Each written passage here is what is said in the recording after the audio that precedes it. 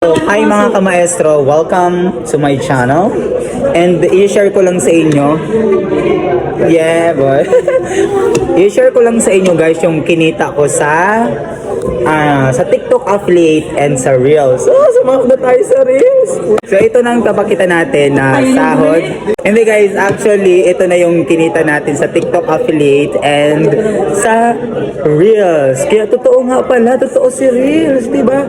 So, engage tayo, engage. Mag-engage tayo. Dali. So, ito nga lang naman. So, ito yung aking kinita sa TikTok affiliate and sa Reels. So, hulaan nyo po kung magkano to. This is my first sahod. Idol daw ako ng mga Optimians kagaya nito. Ayan.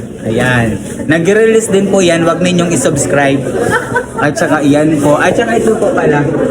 So ito yung ating kinita. Sa totoo si Reels.